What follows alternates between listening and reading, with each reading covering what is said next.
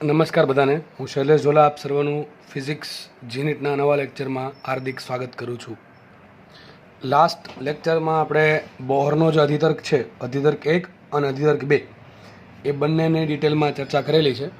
હવે આપણે આપણા ટોપિકને આગળ વધારીએ તો બોરના નમૂનામાં જે ઇલેક્ટ્રોન છે, ટૂંકમાં બોરના નમૂના આધારિત ઇલેક્ટ્રોનની ઉર્જાઓ, એ આપણો નવો ટોપિક છે ને. ટોપિક ઘણો ઇઝી છે અને આઈએમપી છે. હવે આપણને બધાને ખબર છે કે માનો કે કોઈ પરમાણુ છે, એની કોઈ કક્ષા છે. કઈ કક્ષા? ધારો કે એનમી કક્ષા. એન તરીકે તમને ખબર છે કઈ વેલ્યુ હોઈ શકે? 1, 2, 3, 4, 5, 6, 7 ડોટ ડોટ ડોટ આમ ઇન્ફિનિટી સુધી પૂર્ણાંક સંખ્યા હોય છે. હવે આ કક્ષામાં ઇલેક્ટ્રોન જે છે એ વચ્ચે ન્યુક્લિયસ છે, ન્યુક્લિયસથી આર અંતરે રહેલી એનમી કક્ષામાં ઇલેક્ટ્રોન ભ્રમણ કરે છે. હવે ઇલેક્ટ્રોન ભ્રમણ કરે છે એ બધાને ખબર છે. ઇલેક્ટ્રોન સ્થિર નથી, ઇલેક્ટ્રોન ભ્રમણ કરે છે. ઇલેક્ટ્રોન ભ્રમણ કરતો હોય તો એનો કંઈક સ્પેસિફિક વેગ હશે. ધારો કે આ જે ઇલેક્ટ્રોન છે એનો વેગ છે v, બરાબર. હવે આપણે માની લઈએ કે ઇલેક્ટ્રોનની જે કક્ષા છે એ વર્તુળાકાર છે. વર્તુળાકાર માર્ગમાં ઇલેક્ટ્રોન જે ભ્રમણ કરે છે એનો વેગ અચળ છે. તો ઇલેક્ટ્રોન એક નિયમિત વર્તુળાકાર ગતિ કરે છે કે જેમાં એનો વેગ છે એ ક્યાં હશે? બધાને ખબર છે. આપેલ જે વર્તુળ છે એના સ્પર્શક કોઈ પણ બિંદુએ તમારે વેગ જોતો હોય તો એ બિંદુએ તમે વર્તુળને સ્પર્શક દોરો તો તમને મળશે વેગ. તો એ જ રીતે અહીંયા ઇલેક્ટ્રોન જે છે, સપોઝ કે આ બિંદુએ છે તો આ બિંદુનો વેગ ક્યાં હશે? સ્પર્શકની દિશામાં. ધારો કે આ બિંદુનો વેગ છે સ્પર્શ દિશામાં. તો આ પ્રમાણે ઇલેક્ટ્રોન ભ્રમણ કરે છે. આપણે બધી ધારણા કરી લીધી છે. ધારો કે જે ન્યુક્લિયસ છે એનાથી ઇલેક્ટ્રોનની જે ત્રિજ્યા છે એ ટૂંકમાં ન્યુક્લિયસથી ઇલેક્ટ્રોનનું અંતર r છે. આ જે કક્ષા છે એ એનમી કક્ષા છે. ઇલેક્ટ્રોનનો વેગ v છે. આપણને ખબર છે ઇલેક્ટ્રોનનો ચાર્જ છે e, બરાબર. એક્ઝેક્ટલી માઇનસ e આવશે, પણ તમે ખાલી મૂલ્ય જોતા હોય તો ઇલેક્ટ્રોનનો ચાર્જ હશે ખાલી e. હવે વચ્ચે છે ન્યુક્લિયસ. ન્યુક્લિયસનો પરમાણુ ક્રમાંક. હવે ન્યુક્લિયસમાં શું હશે? ન્યુટ્રોન અને પ્રોટોન. આપણે ખબર છે પરમાણુ ક્રમાંક કોને કહેવાય? તો ન્યુક્લિયસમાં રહેલી અથવા પરમાણુમાં રહેલી ઇલેક્ટ્રોન અથવા પ્રોટોનની સંખ્યાને, અથવા ન્યુક્લિયસમાં રહેલી પ્રોટોનની સંખ્યાને પરમાણુ ક્રમાંક કહેવાય. ટૂંકમાં ન્યુક્લિયસમાં કેટલા પ્રોટોન છે? 10 પ્રોટોન છે, 20 પ્રોટોન છે, 30 પ્રોટોન છે, 40 પ્રોટોન છે, 42 પ્રોટોન છે. કેટલા પ્રોટોન છે? એ જે પ્રોટોનની સંખ્યા છે એને સિમ્પલ કહેવાય પરમાણુ ક્રમાંક. ટૂંકમાં ઝેડ શું બતાવે? ન્યુક્લિયસમાં રહેલા પ્રોટોનની કુલ સંખ્યા, અથવા એમ કહી શકો કે ન્યુક્લિયસની આજુબાજુ કુલ કેટલા ઇલેક્ટ્રોન ભ્રમણ કરે છે, એ છે પરમાણુ ક્રમાંક ઝેડ. આઈ થિંક બધાને એટલી વસ્તુ ક્લિયર થઈ ગઈ. નીચે લખેલું જ છે ઝેડ પરમાણુ ક્રમાંક છે. v શું છે? તો આર ત્રિજ્યાની એનમી કક્ષામાં રહેલા ઇલેક્ટ્રોનનો વેગ. ધારો કે ઇલેક્ટ્રોન જે છે એનું વેગમાન છે p. p શું છે? રેખીય વેગમાન. p છે રેખીય વેગમાન, બરાબર છે. સદિશ p બરાબર રેખીય વેગમાન. તો ઇલેક્ટ્રોનનું રેખીય વેગમાન કેટલું હશે? m ઇન્ટુ v છે. m શું છે? ઇલેક્ટ્રોનનું દળ છે. ને ઝેડ ઇન્ટુ વી શું છે? તો ઝેડ, જો શાંતિથી સમજો, ન્યુક્લિયસમાં કુલ ઝેડ પ્રોટોન છે. એક પ્રોટોનનો ચાર્જ કેટલો હોય? Plus e. તો ન્યુક્લિયસમાં ન્યુટ્રોન પણ છે, બરાબર છે. ન્યુટ્રોન પ્લસ પ્રોટોન ની બંનેની સંખ્યાના સરવાળાને કહેવાય પરમાણુ ભાર કેપિટલ એ. પણ આપણે અત્યારે એની ચર્ચા નથી કરવી, બરાબર છે. એની વધારે ચર્ચા ન્યુક્લિયસ નામના ચેપ્ટર્સમાં આવશે, બરાબર, ચેપ્ટરમાં આવશે. તો આ જે ન્યુક્લિયસ છે, ન્યુક્લિયસ એમાં કુલ કેટલો વિદ્યુત ભાર છે? તો જેટલા પ્રોટોન હશે એનો જે વિદ્યુત ભાર છે એ જ તમારો થઈ ગયો ન્યુક્લિયસનો વિદ્યુત ભાર. તો ન્યુક્લિયસમાં ઝેડ પ્રોટોન છે તો ન્યુક્લિયસની અંદરનો કુલ ચાર્જ હશે ઝેડ ઇન્ટુ ઈ. કેટલો હશે? ઝેડ ઇન્ટુ ઈ. તો ન્યુક્લિયસમાં ઝેડ ઈ જેટલો ચાર્જ છે એની બાજુ આપણે અત્યારે કોઈ એક ઇલેક્ટ્રોનની વાત કરશું, બરાબર. માનો કે કોઈ સ્પેસિફિક ઇલેક્ટ્રોન આર ત્રિજ્યાની એનમી કક્ષામાં v જેટલા વેગથી ભ્રમણ કરે છે, વર્તુળાકાર ગતિ કરે છે ન્યુક્લિયસની આજુબાજુ. તો આ p થઈ ગયું એ ઇલેક્ટ્રોનનું રેખીય વેગમાન. વેગમાન ખબર છે p બરાબર m ઇન્ટુ v. જે દિશામાં વેગ હોય એ દિશામાં વેગમાન હોય. તો વેગ કઈ દિશામાં છે? સ્પર્શકની દિશામાં. તો વેગમાન પણ કઈ દિશામાં હશે? રેખીય વેગમાન સ્પર્શકની દિશામાં હશે. હવે આપણે વાત કરીએ ઉર્જાની. આ જે ડાયાગ્રામ છે એનો આપણે ઘણો બધો ઉપયોગ કરવાનો છે આજની થિયરી સમજવા માટે. તો ઇલેક્ટ્રોનમાં જે 3 ઉર્જાઓ છે, 3 ઉર્જા કઈ રીતે? જુઓ, પહેલી વસ્તુ તો આમાં સમજ પડે કે ઇલેક્ટ્રોન પાસે દળ છે. કેટલું દળ છે? Small m. ઇલેક્ટ્રોનનું દળ સ્મોલ m છે. અને બીજી વસ્તુ એ ખબર પડે કે ઇલેક્ટ્રોન પાસે વેગ પણ છે. કેટલો વેગ છે? v. તો ડેફિનેટલી ઇલેક્ટ્રોન પાસે ઉર્જા હશે. કઈ ઉર્જા હશે? ગતિ ઉર્જા હશે. કઈ ઉર્જા હશે? ગતિ ઉર્જા. પણ પદાર્થ પાસે દળ અને વેગ હોય તો ડેફિનેટલી એની પાસે ગતિ ઉર્જા હશે. તો ઇલેક્ટ્રોન પાસે દળ પણ છે અને ઇલેક્ટ્રોન વેગથી અમુક v જેટલા વેગથી એનમી કક્ષામાં ભ્રમણ કરે છે. તો ઇલેક્ટ્રોન પાસે ગતિ ઉર્જા હશે. તો મારે પહેલાં ગતિ ઉર્જા શોધવી પડશે. ગતિ ઉર્જા આપણે ખબર છે, સૂત્ર શું? k બરાબર ½ mv². ચલો એ આપણે પછી મેળવશું એ. પછી બીજી વસ્તુ, ઇલેક્ટ્રોન પાસે સ્થિતિ ઉર્જા હશે. હવે સ્થિતિ ઉર્જાની વાત આવે એટલે તરત મગજમાં આવે mgh. ભાઈ આપણે અત્યાર સુધીમાં ઘણી બધી ટાઈપની સ્થિતિ ઉર્જા ભણી ગયા છીએ. એમાંથી એક હમણાં લાસ્ટ ચેપ્ટર નંબર 2માં આપણે ભણેલી વિદ્યુત સ્થિતિ ઉર્જા, બરાબર કે નહીં? બધાને ખબર હશે કે બે વિદ્યુત ભાર, ચલો સમજાવું તમને કે બે વિદ્યુત ભારો છે, એક છે q1 અને એક છે q2. બંને વચ્ચે r અંતર છે. તો તો બંને વચ્ચે સીધી ઉર્જા કેટલી હશે? યુ બરાબર કે Q1 Q2 બાય આર, આટલી ઉર્જા હોય. પણ આ હવે જે વિદ્યુત સ્થિતિ ઉર્જા છે એ માત્ર ને માત્ર વિદ્યુત ભારિત કણો વચ્ચે જ હોય. એક ન્યુટ્રોન છે ને એક ઇલેક્ટ્રોન છે, તો બંનેની તંત્રની સ્થિતિ ઉર્જા વિદ્યુત સ્થિતિ ઉર્જા 0 આવશે. બરાબર છે. તો સર અહીંયા પણ ઇલેક્ટ્રોનની સ્થિતિ ઉર્જા ક્યાંથી આવે? સીધી આવશે, સીધી રીત છે કારણ કે આવવાની. કારણ જુઓ, કારણ એવું છે કે ઇલેક્ટ્રોન છે એ ન્યુક્લિયસની આજુબાજુ ભ્રમણ કરે છે. ન્યુક્લિયસમાં જે પ્રોટોન ને ન્યુટ્રોન પાસે પોતાનો કોઈ ચાર્જ છે નહીં, પણ ઇલેક્ટ્રોન પાસે પોતાનો પ્રોટોન પાસે પોતાનો ચાર્જ છે. આ બધા કુલ ઝેડ પ્રોટોન ભેગા થઈ ને પ્રોટોન જે ન્યુક્લિયસ છે એને કુલ કેટલો ચાર્જ આપશે? ઝેડ ઇન્ટુ ઈ. હવે અહીંયા એક ઇલેક્ટ્રોન છે, એની પાસે પણ ચાર્જ છે, તો આ ઇલેક્ટ્રોનનો ચાર્જ અને આ ન્યુક્લિયસનો ચાર્જ બંને ચાર્જ ભેગા થશે. બરાબર કે નહીં? તો બંને ચાર્જ એક જોડા જેવું થઈ ગયું. Q1 અને Q2 બંને વચ્ચે આર અંતર હોય તો બંને વચ્ચે સ્થિતિ ઉર્જા લાગશે કે Q1 Q2 બાદ. તો સેમ રીતે અહીંયા એક ચાર્જ અહીંયા છે ઝેડ, બીજો ચાર્જ છે ઇલેક્ટ્રોનનો કેટલો ચાર્જ હોય? ઇલેક્ટ્રોન ચાર્જ હશે -E. તો બીજો ચાર્જ આવશે ઇલેક્ટ્રોનનો -E, અને બંને ભેગા થઈને ન્યુક્લિયસ અને ઇલેક્ટ્રોનનું તંત્ર ક્યાંક સ્થિતિ ઉર્જા ધરાવતું હશે. તો એના કારણે સ્થિતિ ઉર્જા આવી. અત્યારે તમને જશે એ સમજાવું છું કે સ્થિતિ ઉર્જા બંને ઉર્જા ક્યાંથી આવે છે અને બંને ભેગી થઈને શું બનાવશે? કુલ ઉર્જા. ટૂંકમાં બેનું ભેગું સરળ કરો શું મળશે તમને?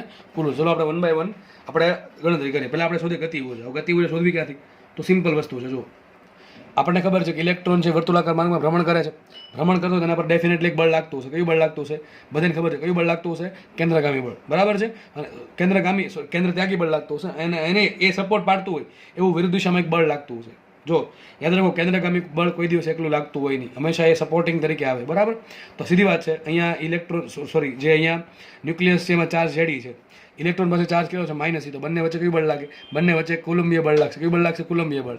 બરાબર છે. ક્યાં ખેંચશે? અંદર ખેંચશે. પણ ઇલેક્ટ્રોન અંદર આવતો છે ને ઇલેક્ટ્રોન અંદર નથી આવતો, તેનો વિરોધ કરતું એક બળ બહાર લાગવું જોઈએ. કયું બળ છે? કેન્દ્ર ત્યાગી બળ. બરાબર છે. તો હંમેશા બે બળ આ પ્રમાણે એકબીજાની હંમેશા વિરુદ્ધમાં જ હશે.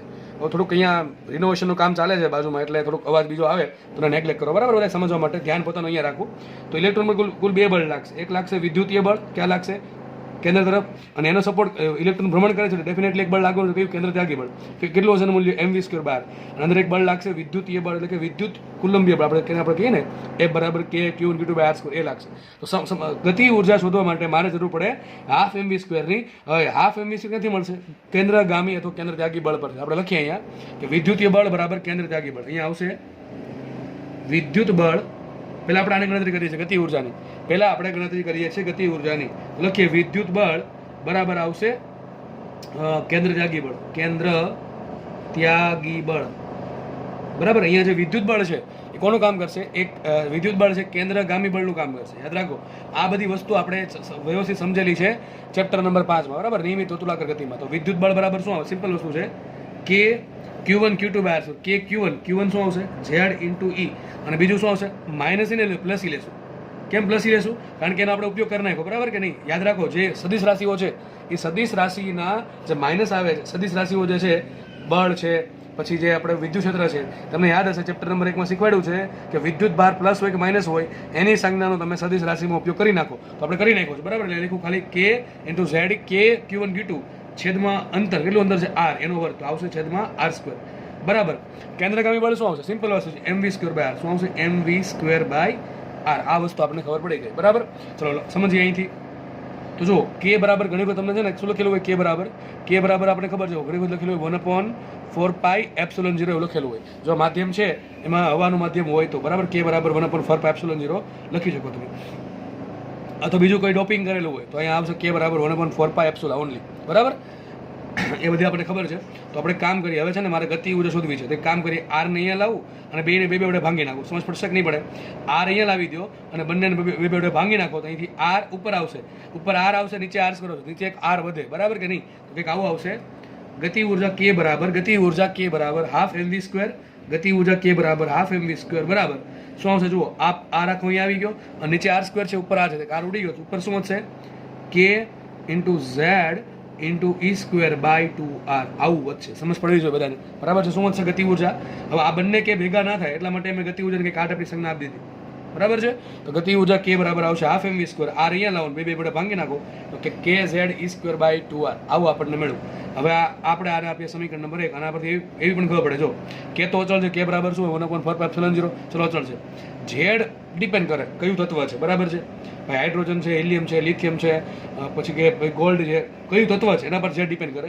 ઈ² તો અચળ થઈ ગયું અને આર પણ અચળ નથી, કારણ કે કઈ ત્રિજ્યા કેટલા ટૂંકમાં કઈ ત્રિજ્યાએ તમારે ગતિ ઉર્જા જોઈએ છે એના એ આર પર ડિપેન્ડ કરશે, બરાબર. તો ગતિ ઉર્જા કે લખી શકો અહીંથી, ગતિ ઉર્જા K is proportional to Z upon R. આ યાદ રાખજો, ગતિ ઉર્જા K is proportional to Z upon R. તો આપણે વિચારી શકીએ કે માનો કે મારી પાસે 5 તત્વો અલગ અલગ તત્વો છે, બંને ત્રિજ્યા સરખી છે, બધા પાંચની ત્રિજ્યા સરખી છે, પણ બધાના ઝેડ તો અલગ અલગ હશે. તો જે તત્વ માટે ઝેડ વધારે હશે એની ગતિ ઉર્જા વધારે હશે.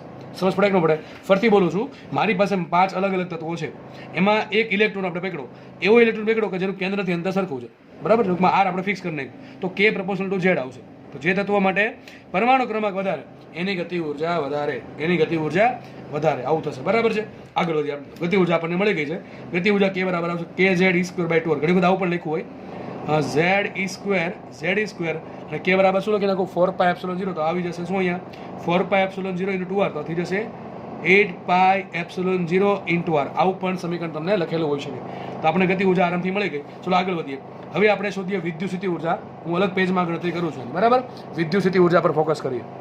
ચલો તો આપણે વિદ્યુતસ્થિતિ ઉર્જા શોધીએ. આપણે તો વિદ્યુતસ્થિતિ ઉર્જા સૂત્ર મેં તમને પહેલા કીધું હતું કે Q1 Q2 બાર. તો સેમ વસ્તુ અહીંયા કરવાની છે.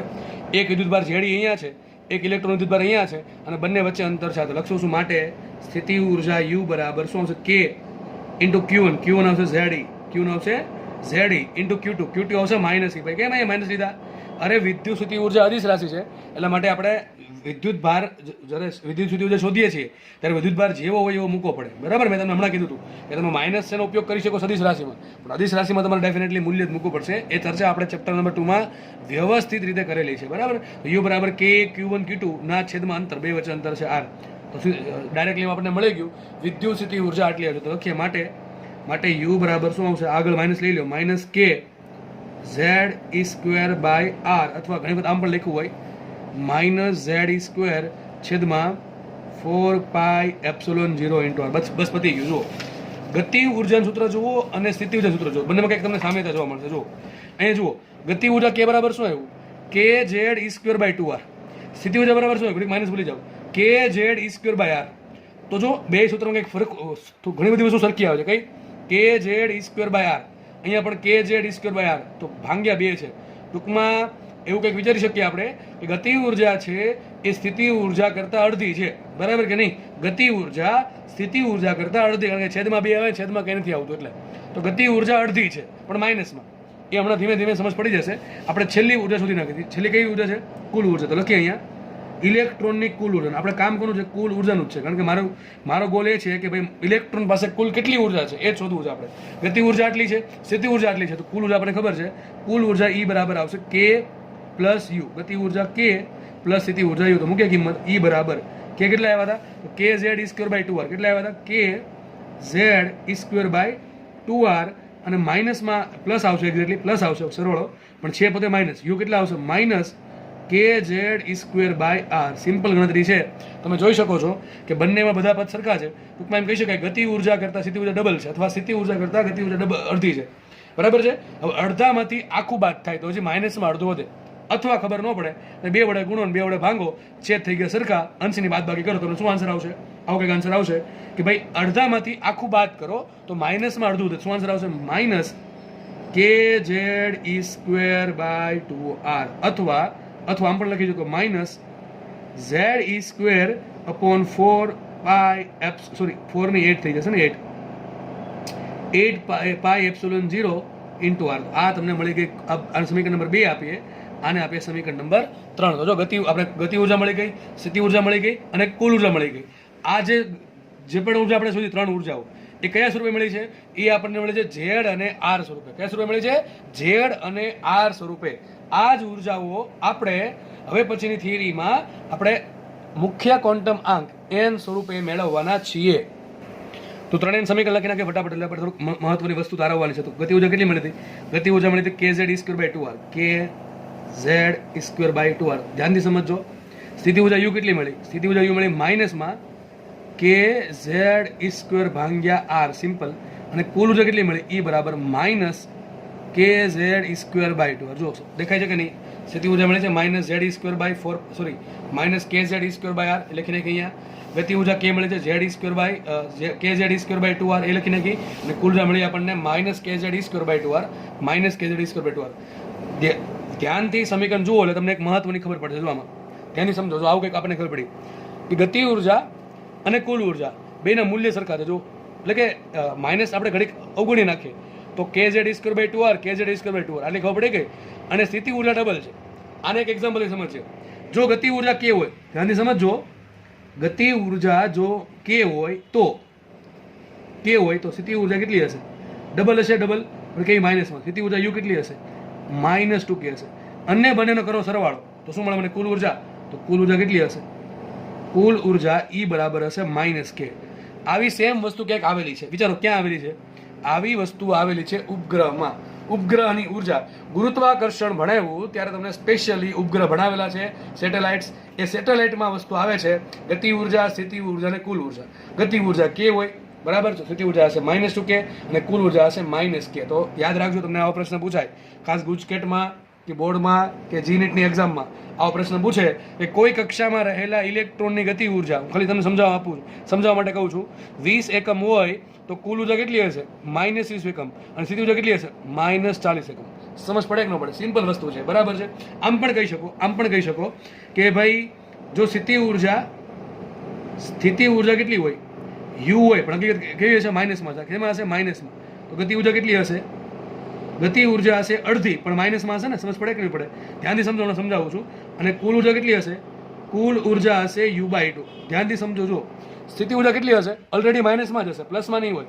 ઇલેક્ટ્રોનની સ્થિતિ ઉર્જા ઓલવેઝ માઇનસમાં જ હશે, બરાબર કે નહીં? તો આ યુ માઇનસમાં છે, આગળ પછી પાછા માઇનસ કર્યા તો માઇનસ થઈ ગયા પ્લસ. તો ગતિ ઉર્જા કેટલી હશે? જેટલી સ્થિતિ ઉર્જા છે એનાથી ખબર ન પડે. જુઓ, સ્થિતિ ઉર્જા -40 જૂલ છે તો ગતિ ઉર્જા કેટલી હોય? પેલા ભાગ્યા 2 કરી નાખવાના. સમજો, સ્થિતિ ઉર્જા -40 જૂલ છે તો ગતિ ઉર્જા કેટલી હશે? અડધી હશે. તો -40 ભાગ્યા 2 કરો, શું આવશે? -20. પણ ગતિ ઉર્જા કોઈ દિવસ ઋણ હોય નહીં, આગળ બીજા માઇનસ ગુણવા પડે, એટલા માટે થઈ જશે 20.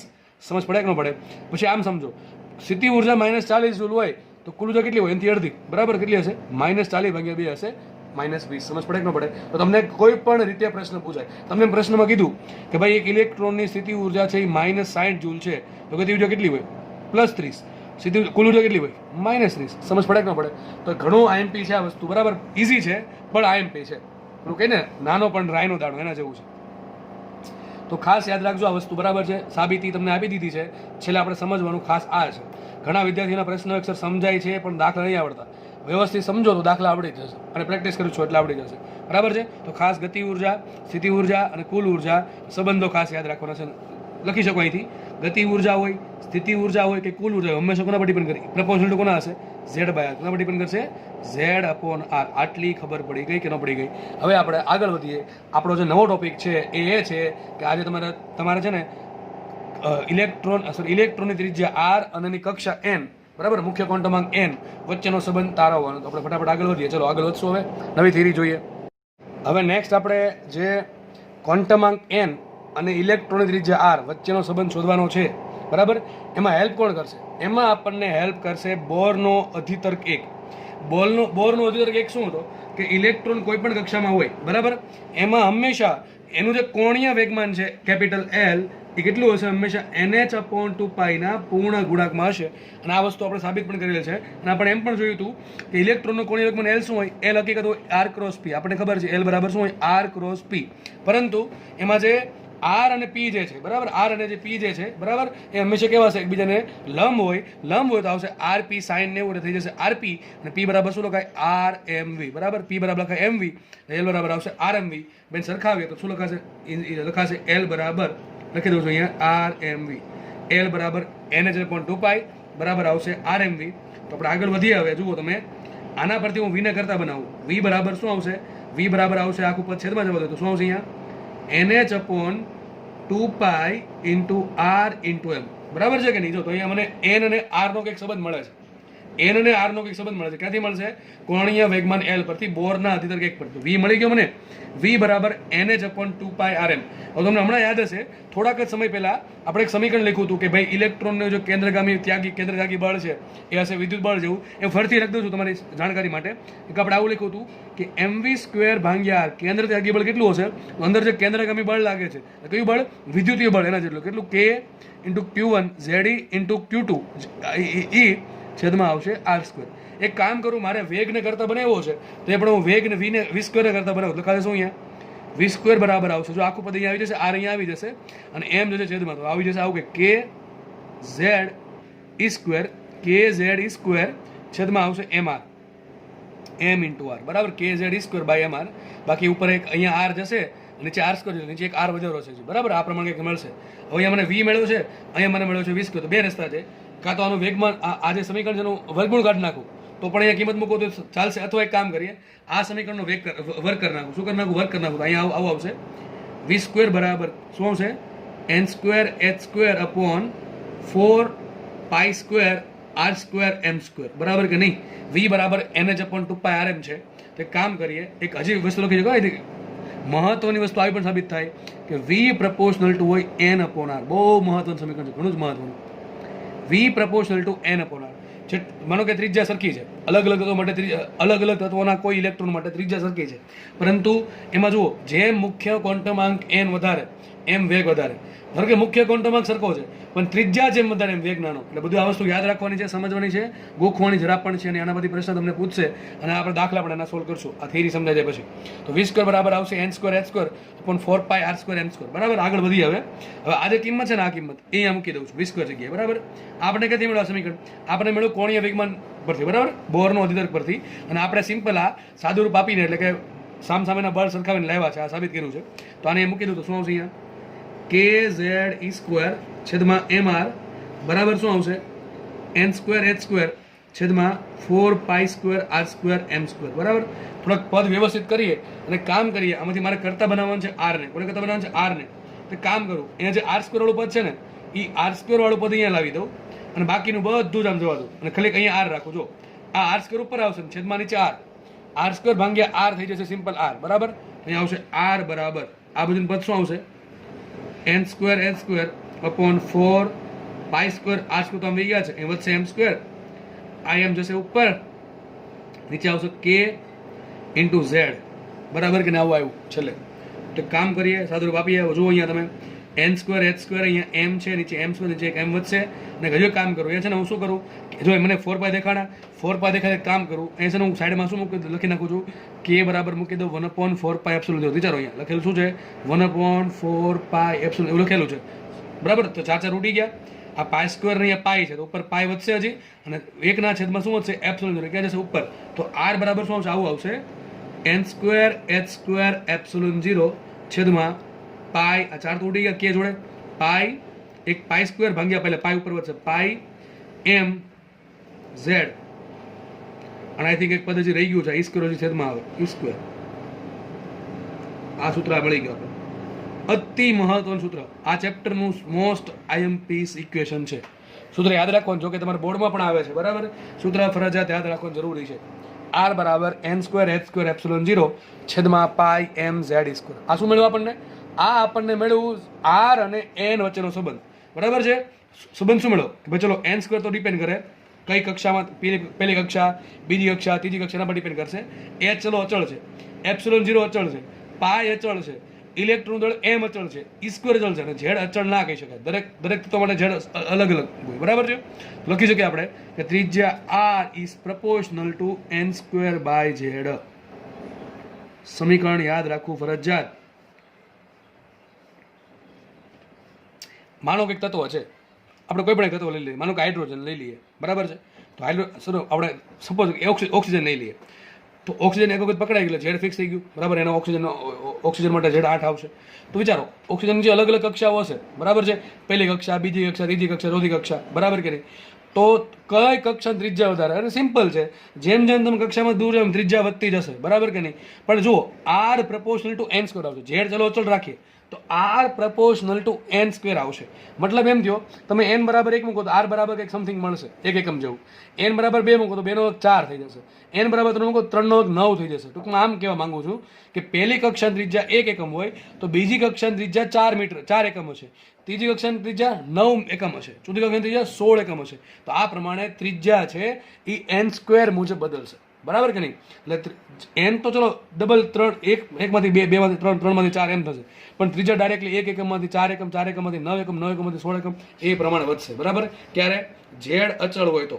બરાબર? બાકી સૂત્ર આખું કેવું છે?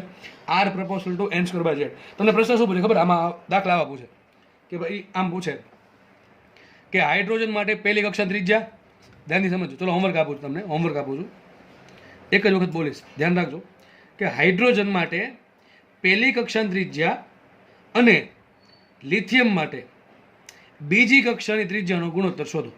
ફરીથી બોલું છું, હાઇડ્રોજન માટે પહેલી કક્ષાની ત્રિજ્યા અને લિથિયમ માટે ત્રીજી કક્ષાની ત્રિજ્યાનો ગુણોત્તર શોધો. તમારે શું કરવાનું છે? હાઇડ્રોજન આપ્યું તો ઝેડ બરાબર 1 મૂકો, એની પહેલી કક્ષાની ત્રિજ્યા તો એન બરાબર 1 મૂકો, તમને R1 મળશે. બરાબર? R1 એક પ્રપોર્શનમાં મળશે. હવે R2 શોધવું છે, એટલે કોના માટે? લિથિયમ માટે. લિથિયમ માટે ઝેડ કેટલા? 3 હશે. હા હીલી બરાબર 3 હશે. અને એન તમને કીધું મેં 3, તો 3 નો વર્ગ મૂકવો પડે, એ પ્રમાણે R2 મળશે. R1 ભાંગી R2 કરો, તમારો આન્સર આવી જશે. તો આ ટાઈપના દાખલા તમને એક્ઝામમાં જોવા મળશે. સમીકરણ બહુ આઈએમપી છે. આપણે આગળ વધે જુઓ. હવે અહીંયા V બરાબર શું હતું? V બરાબર હતું NH/2πr. બરાબર કે નહીં? આપણે આમાં ફટાફટ કિંમત મૂકી દઈએ. જુઓ, આવા જે વેગ છે ને એમાં એક કામ કરીએ, R કાઢી નાખીએ. બરાબર? સૂત્ર લખ્યું છે V બરાબર NH/2πr. આપણે એ જ લીધું છે. બરાબર? R બરાબર શું મળ્યું આપણને? R બરાબર મળ્યું n²h² એપ્સિલોન 0 છેદમાં પાઈ એમ ઝેડ ઇઝ બરાબર સમીકરણ મળ્યું. આ સમીકરણ અહીંયા મૂકી દઉં છું. મળશે આપણને V બરાબર NH/2π ઇન્ટુ એમ એમને રાખો. અને R બરાબર શું છે? R બરાબર લખેલું છે આખું જો અહીંયા, આખું નીચે મૂકી દઉં, n²h² એપ્સિલોન 0 છેદમાં પાઈ એમ ઝેડ E². બરાબર આવું થશે કે નહીં થાય? તો સદર આપો તો V બરાબર શું આવશે? V બરાબર જુઓ, એક મિનિટ આ પેલો પેજ છે ને બંચઅપ કરી દો. ઓકે ચલો જુઓ, અહીંયા ઉપર આ આખું પર છે, તમારે સમજવા માટે આખું પદ ઉપર લઈ લેવું તો લખાશે આ પ્રમાણે NH/πm Z² છેદમાં આવશે 2πm ઇન્ટુ n²h² એપ્સિલોન 0 માટે V બરાબર શું જુઓ, એક લીટો કરી દઉં છું. અહીંયા n છે એ નીચે n² છે, એટલે એક n નીચે વધશે, ચલો એક n નીચે વધશે, h તો h² એટલે h વધશે જોડે. આ પાઈ ઉડી ગયા, mm ઉડી ગયા, z છે અહીંયા z આવશે, અહીંયા E² આવશે, એમને Z² એમને આવશે, આ 2 આવશે. બરાબર ને? 2 તો કેવડે છે, 2 આવશે આગળ, 2 આવશે, પાઈ ઉડી ગયો, m ઉડી ગયો, n ઉડી ગયો, h નો પૂરો ઇન્ટુ એપ્સિલોન 0. આવું કંઈક આપણને પદ મળ્યું. બરાબર કે નહીં? લખી શકીએ. માટે V બરાબર શું આવશે? એક કામ કરીએ, E²/2h એપ્સિલોન 0. શું લખીએ? E²/2h epsilon 0. અને અહીંયા શું આવશે? Z/n. બરાબર? શું આવશે? Z/n. આટલો વેગ આપણને આવ્યો. હવે છે ને કામ કરો, તમારે કેલ્શિયમ છે ને આટલાનો વહીવટ કરજો. આનો વહીવટ કંઈક આ ટાઈપનો આવશે. આનો વહીવટ છે ને કંઈક આ ટાઈપનો આવશે, C/137 Z/n. સર આ સૂત્ર ક્યાંથી લાવ્યા? આવું કેમ લખ્યું? એટલા માટે લખ્યું છે કે ઘણી વખત છે ને તમને ઇલેક્ટ્રોનનો વેગ છે ને C સ્વરૂપે માંગે. તમારે કામ કરવાનું છે, કેલ્શિયમ શું કરવાનું છે? E² ભાંગ્યા 2h એપ્સિલોન 0. બધાની કિંમત તમને ખબર જ છે, ખબર હોવી જોઈએ. આટલું કંઈક લખીને એનો આન્સર કંઈક લખી નાખવાનો. બરાબર? પછી કેલ્શિયમ શું કરવાનું? C શું છે? C પ્રકાશનો વેગ છે. લખી નાખું C બરાબર પ્રકાશનો વેગ. C બરાબર પ્રકાશનો વેગ કેટલો છે? 3 × 10⁸. 3 × 10⁸. અને આ જે C છે ને એને ભાંગ્યા 137 કરવાના. તમને બેનો આન્સર લગભગ સરખો આવશે. બરાબર? બેનો આન્સર લગભગ સરખો આવશે. તો આ સમીકરણ યાદ ના રહે એટલા માટે આ કીધું છે યાદ રાખવાનું. અને બીજું કારણ એ છે કે ભાઈ આ સમીકરણ આરામથી યાદ રહે. અને બીજી વાત, ઘણી વખત તમને છે ને ઇલેક્ટ્રોનનો જે વેગ છે ને C સ્વરૂપે માંગશે. કોના સ્વરૂપે માંગશે? C સ્વરૂપે માંગશે. તો તમારે આ સમીકરણ વાપરવાનું રહેશે. બરાબર કે નહીં? તો આપણને વેગના 2 સમીકરણ મળે. જો એક વેગનું સમીકરણ કયું છે? V બરાબર મળ્યું આપણને NH/2πrm. આ કોના સ્વરૂપે છે? V પ્રપોર્શનલ ટુ આવશે n/r. અને બીજું સમીકરણ મળ્યું V બરાબર CZ/137n. આ પ્રપોર્શનલ ટુ આવશે Z/n. બરાબર છે? તો જો તમારે કયું સમીકરણ ક્યારે કોના પર ડિપેન્ડ કરે? બરાબર? તમને રકમમાં મુખ્ય ક્વોન્ટમાંક n અને ત્રિજ્યાની વાત કરી, તમારે સમીકરણ વાપરવું પડે. આના આધારે ગણતરી કરવી પડે. અને તમને રકમમાં પરમાણુ ક્રમાંક અને n ની વાત કરે મુખ્ય ક્વોન્ટમ, તો સૂત્ર વાપરવું પડશે આ. બરાબર? હકીકત આના પરથી આ સાબિત થઈ જાય. જો આપણે એવું સાબિત કર્યું, ફટાફટ કરી દઉં છું અહીંયા.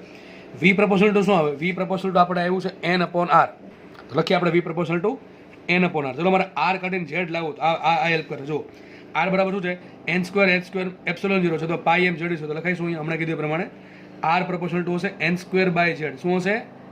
N square by Z. કામ કરું, આર ની જગ્યાએ પ્રપોઝલમાં શું લખી નાખું? N square by Z. તો લખી નાખું છું એન સ્ક્વેર અપોન ઝેડ, બરાબર કે નહીં? તો ઝેડ ક્યાં જશે? ઉપર. તો વી પ્રપોઝલ ટુ શું છે?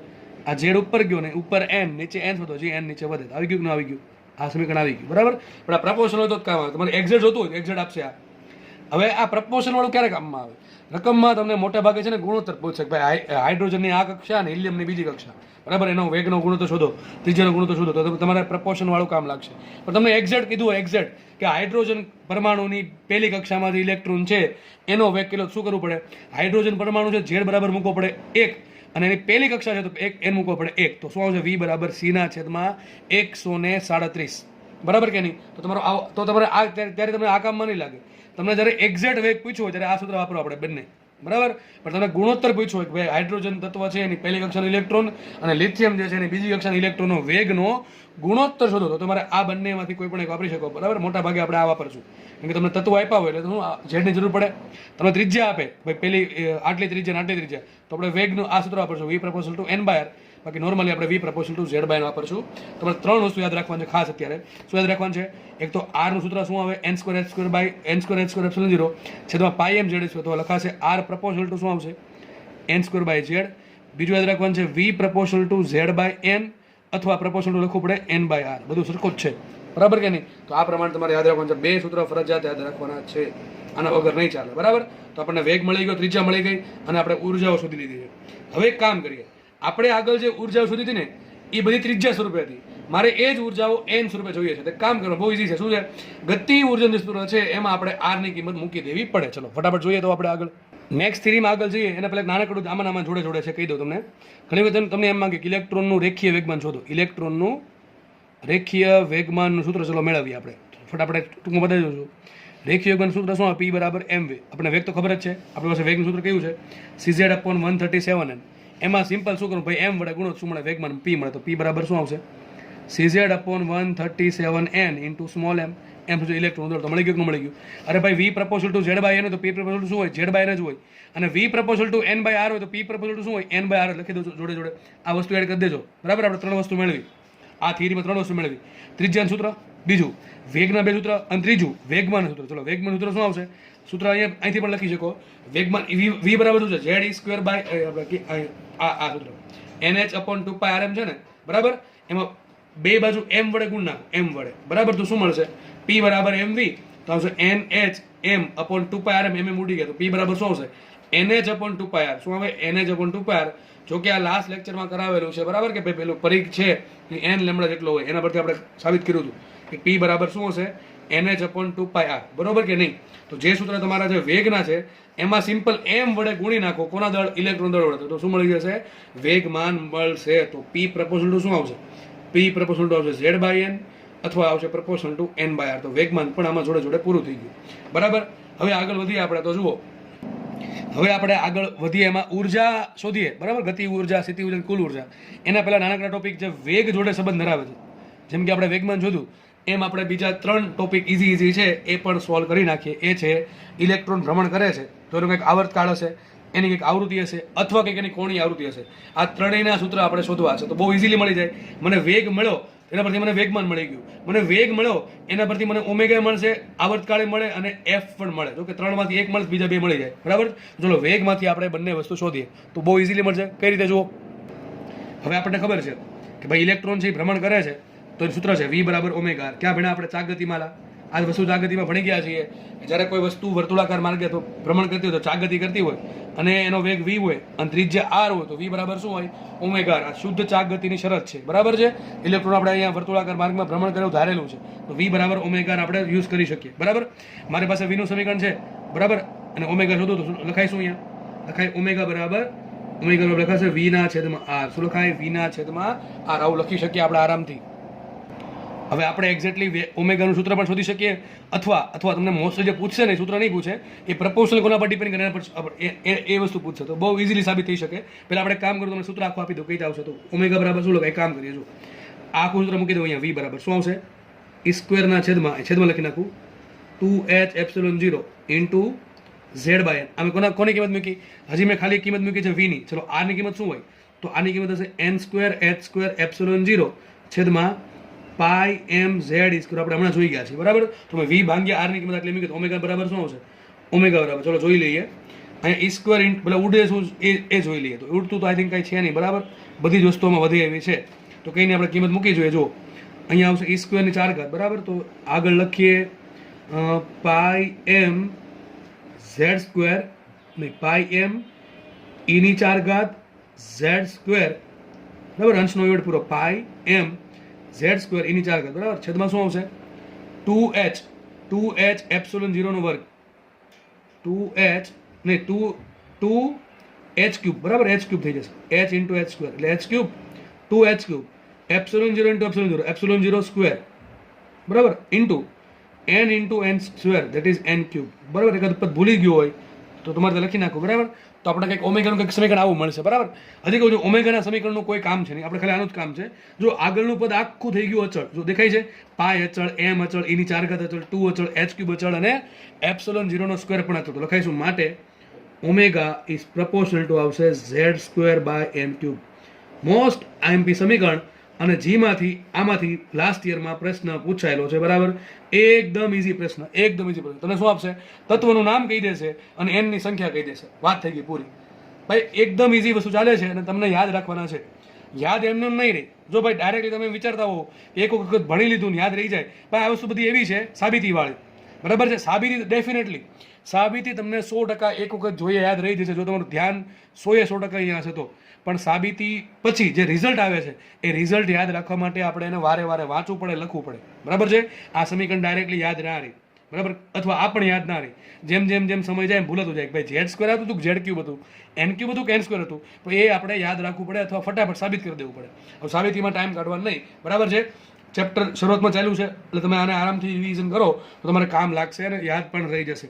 વારે વારે રિવિઝન કરવું પડે. આ ચેપ્ટરનો હવે જે ટોપિક ચાલે છે બરાબર, આમ તો લાસ્ટ લેક્ચર અને આ લેક્ચર જેટલા બી અથવા આગળના લેક્ચર્સ એ તમારે વખતો વખત રિવિઝન કરવા પડશે. સમજાય તો ડેફિનેટલી જશે પણ યાદ રહે એ જરૂરી છે. યાદ રાખવા માટે સમજવું જરૂરી છે અને સમજ્યા પછી એનું રિવિઝન કરવું જરૂરી છે. ઓકે, તો આપણે ઓમેગા મળી ગયું. ઓમેગા પ્રપોર્શનલ ટુ શું આવશે? Z square by N cube. હવે છે ને ઓમેગાના સૂત્ર પરથી હું છે ને આવૃત્તિના અને આવર્તકાળના સૂત્ર તારવતો નથી. તમારે જો તારવવા હોય તો તમે જાતે તારવી લેજો.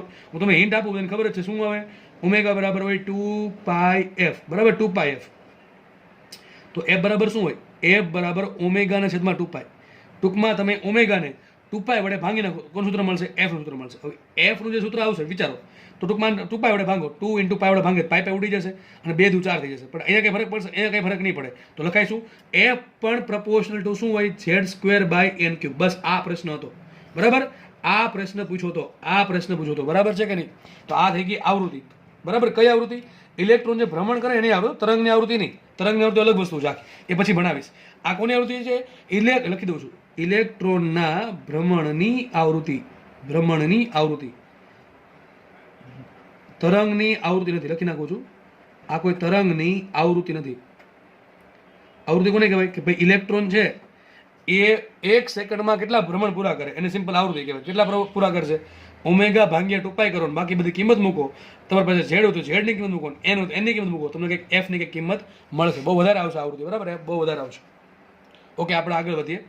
ચલો આવર્તકાળ સુધી બરાબર, એ પણ ઇઝી છે. તમારી પાસે ઓમેગા હોય શું લખાય સૂત્ર? ઓમેગા બરાબર 2π/T.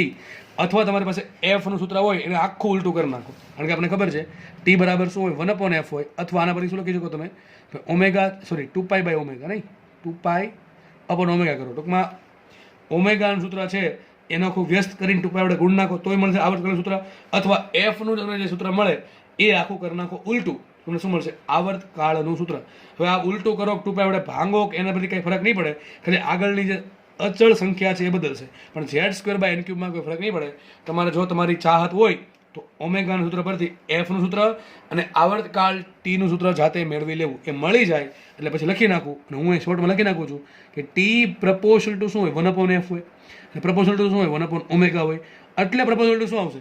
ભાઈ ઓમેગા અને એફ છે proportional to Z square by N cube હોય તો ટી પ્રપોર્શનલ ટુ ઊંધું આવશે. શું આવશે? N cube by Z square આવશે. અહીંયા N cube by Z square. આ બધી વસ્તુ કામની છે અને યાદ રાખવા લાયક છે.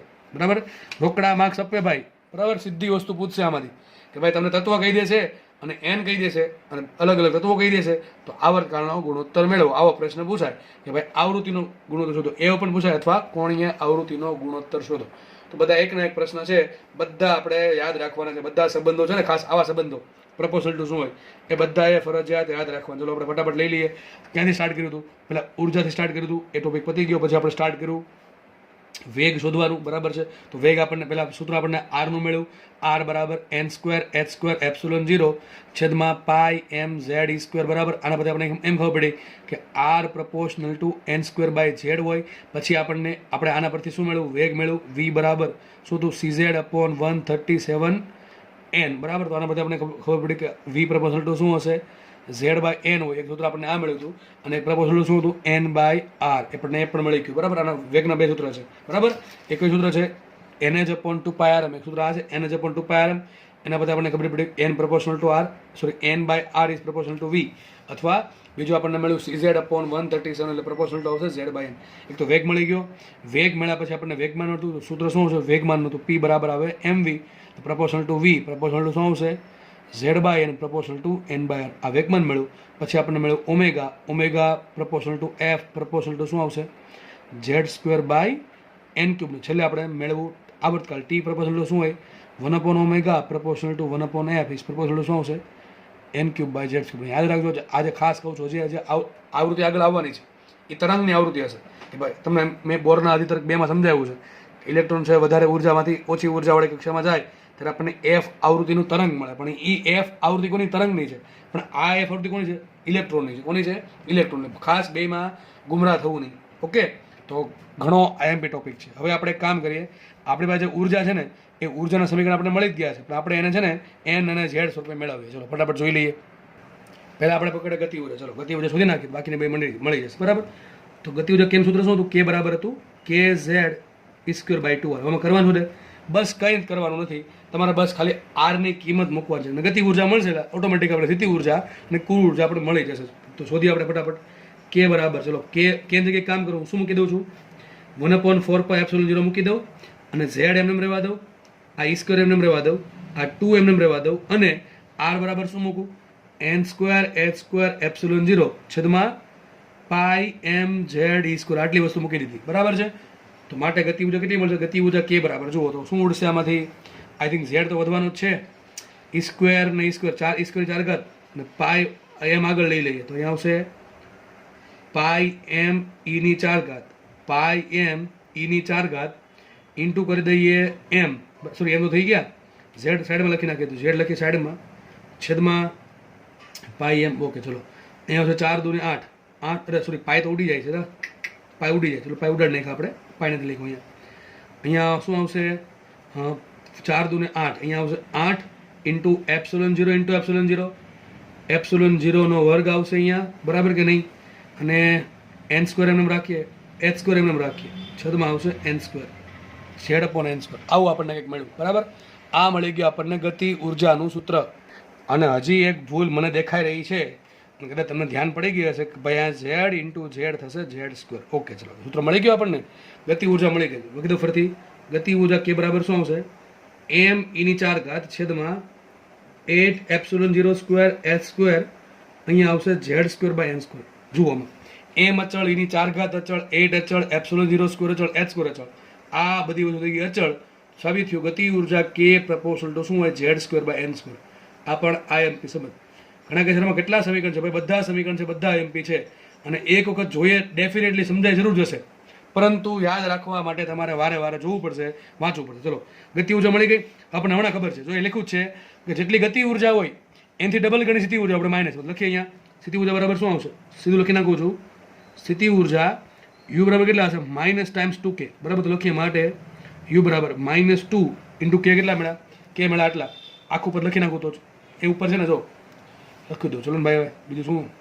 એમ ઈની 4 ઘાત છેદમાં 8 એપ્સિલોન 0 સ્ક્વેર એચ સ્ક્વેર અને અહીંયા આવશે Z square by N square. તો અહીં 4 ઉડે કે ન ઉડે? બરાબર કે નહીં?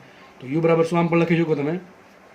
માઇનસ એમ ઈની 4 ઘાત અહીંયા આવશે 4 ε0 સ્ક્વેર h સ્ક્વેર ઇન્ટુ આવશે z square by n square. એ જ વાત u proportional to z square by n square જ મળશે. આ પણ એ જ મળશે બરાબર. એક ગમે એક યાદ રાખવાનું છે કે ગતિ ઉર્જા આટલી z square by n square, સ્થિતિ ઉર્જા તો ગતિ ઉર્જા કરતાં ડબલ હોય પણ માઇનસમાં બરાબર. છેલ્લે વાત કરીએ કુલ ઉર્જાની, તો કુલ ઉર્જા કેટલી હોય? ગતિ ઉર્જા જેટલી છે આ પ્રમાણે સંજ્ઞા આપણે આપી છે એનથી માઇનસમાં, તો કુલ ઉર્જા સૂત્ર બહુ આઈએમપી છે. એ બરાબર શું છે? આના સિમ્પલ ખાલી આગળ માઇનસ કરી દો તો આવશે આ માઇનસમાં એમ ઈની 4 ઘાત છેદમાં 8 ε0 square h square upon z square by n square આટલી મળશે. હવે ખાસ વાત, એક બહુ ખાસ વાત, આ ચલો આમ એમ લખી દઉં છું કે ઈ પ્રપોર્શનલ ટુ શું આવશે? z સ્ક્વેર અપોન n સ્ક્વેર. સાબિત શું થયું? કોઈ પણ ઉર્જા હોય, ગતિ ઉર્જા, સ્થિતિ ઉર્જા, કુલ ઉર્જા હંમેશા પ્રપોર્શનલ ટુ હશે z સ્ક્વેર અપોન n સ્ક્વેરને. પ્રપોર્શનલ ટુ હશે z સ્ક્વેર અપોન n સ્ક્વેરને. હવે ખાસ વાત, તમારું કેલ્સી કાઢો, કેલ્સી બરાબર છે, કેલ્સી હોય એમાં ઇલેક્ટ્રોનનું દળ મૂકો કેટલું? ચલો મૂકી દે તમને કિંમત. m બરાબર કેટલા લ્યો તમે? 9.1 10⁻³ ઘાત. બધાને ખબર જ છે બરાબર. એ કેટલા મૂકો? એ મૂકો 1.6 10⁻19 ઘાત બરાબર. ε0 કેટલા મૂકવાના? 8.85 10⁻12 ઘાત. ઓકે. અને h કેટલા મૂકશો? 6.625 10⁻34 ઘાત. આટલું કિંમત બધી મૂકી દેવાની એસઆઈ એકમમાં. તમને કંઈક આગળ આંકડો મળશે. એ જે આંકડો હશે એ તમને આપશે આન્સર જૂલમાં. આ બધો આન્સર, ઝેડ તો એક સંખ્યા છે બરાબર, એન પણ એક સંખ્યા છે, એને કંઈ એકમ જોવાના ના હોય. વાત કરીએ આની બરાબર. આ કંઈક તમને જૂલમાં કંઈક આંકડો આપશે. હવે મારે જૂલમાંથી જવું છે ઇલેક્ટ્રોન વોલ્ટમાં. શેમાં જવું છે? ઇલેક્ટ્રોન વોલ્ટમાં. તો તમને ભાઈ ઘણી બધી વખત શીખવાડ્યું છે કે એ જૂલમાંથી ઇલેક્ટ્રોન વોલ્ટમાં જવું હોય તો શું કરવાનું, અથવા ઇલેક્ટ્રોન વોલ્ટમાંથી જૂલમાં જવું શું કરવાનું. એક જ સંબંધ, 1 ઇલેક્ટ્રોન વોલ્ટ બરાબર 1.6 10⁻19 ઘાત જૂલ. તો જૂલ બરાબર શું આવે? 1 જૂલ બરાબર 1/1 1.6 10⁻19 ઘાત ઇલેક્ટ્રોન વોલ્ટ. તો તમારે કામ કરવાનું, અહીંયા જે પણ આન્સર આવે એના ભાગ્યા શું કરવું પડશે? 1.6 10⁻19 આટલું કરવું પડશે. તો તમને જે ઉર્જા છે ને એ કંઈક અહીંયા આંકડો આપશે, આગળ માઇનસ આવશે, into z square by n square આવશે, અને આ ઉર્જા તમને મળશે ઇલેક્ટ્રોન વોલ્ટમાં. અને એ તમારો જે આંકડો છે ને એ આટલો છે 13.6. કેલ્સી વાપરી લેવાની છૂટ છે બરાબર. આટલો જે આનો જે સાદુરૂપ આપો બરાબર, સાદુરૂપ આપો અને જે આન્સર આવશે એ જૂલમાં આવશે. એને ભાંગે શું કરો? 1.6 10⁻19 ઘાત આના પરથી. તો તમારો આન્સર આવશે ઇલેક્ટ્રોન વોલ્ટમાં, અને ભાગાકારમાં થઈને આન્સર આવો આવશે ઈ બરાબર -13.6 z સ્ક્વેર upon n square electron volt. એનું કારણ એ છે કે ઇલેક્ટ્રોનની ઉર્જા ઘણી નાની હોય, ઇલેક્ટ્રોનની ઉર્જા ઘણી નાની હોય એટલા માટે જૂલ બહુ મોટો એકમ થઈ ગયો, એટલા માટે આપણે ઇલેક્ટ્રોન વોલ્ટમાં ફેરવવું પડે. તો આ સૂત્ર અહીંથી આવે છે. ઘણા કદાચ ખબર હોય કે ના હોય, પણ હવે ખબર પડી જવી જોઈએ કે 13.6 ક્યાંથી આવ્યા બરાબર છે. એ કઈ હવામાંથી નથી આવ્યા, આપણને ગમે ગયું એટલે મૂકી દીધા. ચલો, તો સૂત્ર બહુ જ આઈએમપી છે, બહુ મોસ્ટ એમ સૂત્ર છે, અને ખાસ યાદ રાખવું. ઘણા આવું યાદ રાખશે, મને ખબર છે આવું યાદ હોય એને. એ બરાબર -13.6 ભાગ્યા n સ્ક્વેર. રોકડા માર્ક જશે. તમે જે વાપરું ને -13.6 ભાગ્યા n સ્ક્વેર, કોને લાગુ પડે?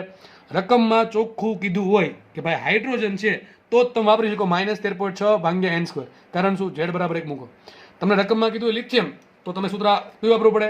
-13.6 z તરીકે મૂકવા પડે n, સોરી z તરીકે મૂકવા પડે 3 નો વર્ગ 9 9 ભાગ્યા n સ્ક્વેર એ વાપરવું પડે. પણ આપણે જનરલી યાદ શું રાખવાનું? e બરાબર -13.6 z square by n square into electron volt બરાબર. આટલું થઈ ગયું.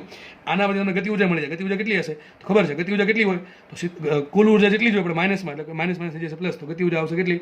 13.6 z સ્ક્વેર ભાગ્યા n સ્ક્વેર ઇલેક્ટ્રોન વોલ્ટ બરાબર કે નહીં? સ્થિતિ ઉર્જા કેટલી હશે? સ્થિતિ ઉર્જા u બરાબર, તો કુલ ઉર્જા કરતાં ડબલ પણ માઇનસમાં, સોરી કુલ ઉર્જા કરતાં ડબલ હશે બરાબર. એટલે કેટલી હશે? 13 દુ 26 અને 1.6 એટલે 1.2 27.2 કેટલા આવશે? -27.2 z સ્ક્વેર ભાગ્યા n સ્ક્વેર. શેમાં મળશે? ઇલેક્ટ્રોન વોલ્ટમાં. શેમાં મળશે? ઇલેક્ટ્રોન વોલ્ટમાં મળશે. તો બહુ આઈએમપી થિયરી આજે ચાલી છે. થિયરી બીજી વ્યવસ્થિત લખો તમારા ચોપડામાં બરાબર છે, અને એને 2 થી 3 વખત વાંચવી ભાઈ. જો આ બધી વસ્તુ સમજાશે તો જ આગળના લેક્ચર સમજ પડશે. અને બધી વસ્તુ ઈઝી છે. કદાચ કોઈ જગ્યાએ એવું લાગ્યું કે ભાઈ બહુ બધા સૂત્ર ભેગા થઈ ગયા છે, તમે ખાલી અત્યારે એક જ કામ કરો, લેક્ચર જોતા સમજવાનો પ્રયત્ન કરો કે હું શું સમજાવું છું. યાદ આપણે પછી રાખવાનું જ છે બરાબર. પહેલાં જસ્ટ સમજી લો. સમજી લીધું છે તો યાદ રાખવામાં તકલીફ ઓછી પડશે. તો પેલા લેક્ચર સમજો, દરેક સ્ટેપ ક્યાંથી આવે છે, તમને આ થિયરી જે ચલાવી છે બોર્ડમાં કામ લાગશે, બરાબર. બોર્ડમાં બે માર્કમાં 3 માર્કમાં તો એમાં પૂછી શકે, વધારે માર્ક્સમાં, બરાબર, 5 માર્કમાં પૂછી શકે.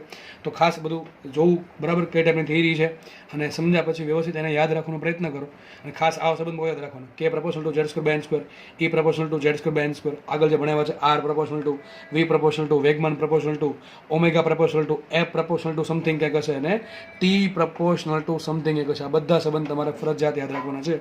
ઘણા કહેશે કોણીય વેગમાન શું હતું, બહુ ઇઝી છે. કોણીય વેગમાન એલ બરાબર શું હોય, MVR. શું હોય, MVR, અથવા શું હોય, NH/2π. તો એલ પ્રપોર્શનલ ટુ શું આવે, સિમ્પલ એન આવે. શું આવે, એન આવે. અથવા એલ પ્રપોર્શનલ ટુ આવશે VR, N proportional to VR આવશે. ઓકે, તો ખાસ યાદ રાખો બધા સંબંધો. ખાસ તમારી બુકમાં લખવા અને લાગે તો કોષ્ટક બને લખી નાખવાનું. કોષ્ટક કઈ રીતે બનાવવાનું, ભાઈ ગતિ ઉર્જા, તો ગતિ ઉર્જા સૂત્ર શું છે, બરાબર છે. ખાસ આ સૂત્ર બધા યાદ રાખી લેવા. અને પ્રપોર્શનલ ટુ કોણ આવે, પછી લખવાનું સ્થિતિ ઉર્જા, સૂત્ર શું એનું, કોના પ્રપોર્શનલમાં છે. કુલ ઉર્જા શું, સૂત્ર શું એનું પ્રપોર્શનલમાં શું છે. વેગના જેટલા બી સૂત્ર આવ્યા છે એ લખવાના, ઓમેગા સૂત્ર લખવાના, પ્રપોર્શનલમાં લખવાના. આ પ્રમાણે કોષ્ટક બનાવીને યાદ રાખશો ને તો આરામથી આ વસ્તુ આવડશે. અને આમાં 5 થી 10 સેકન્ડમાં તમારા રોકડા 4 માર્ક્સ આવશે. રોકડા 4 માર્ક્સ આવશે, બરાબર છે. ઓકે, ચાલો આપણે લેક્ચર અહીંયા રાખીએ. ધન્યવાદ, જય હિન્દ.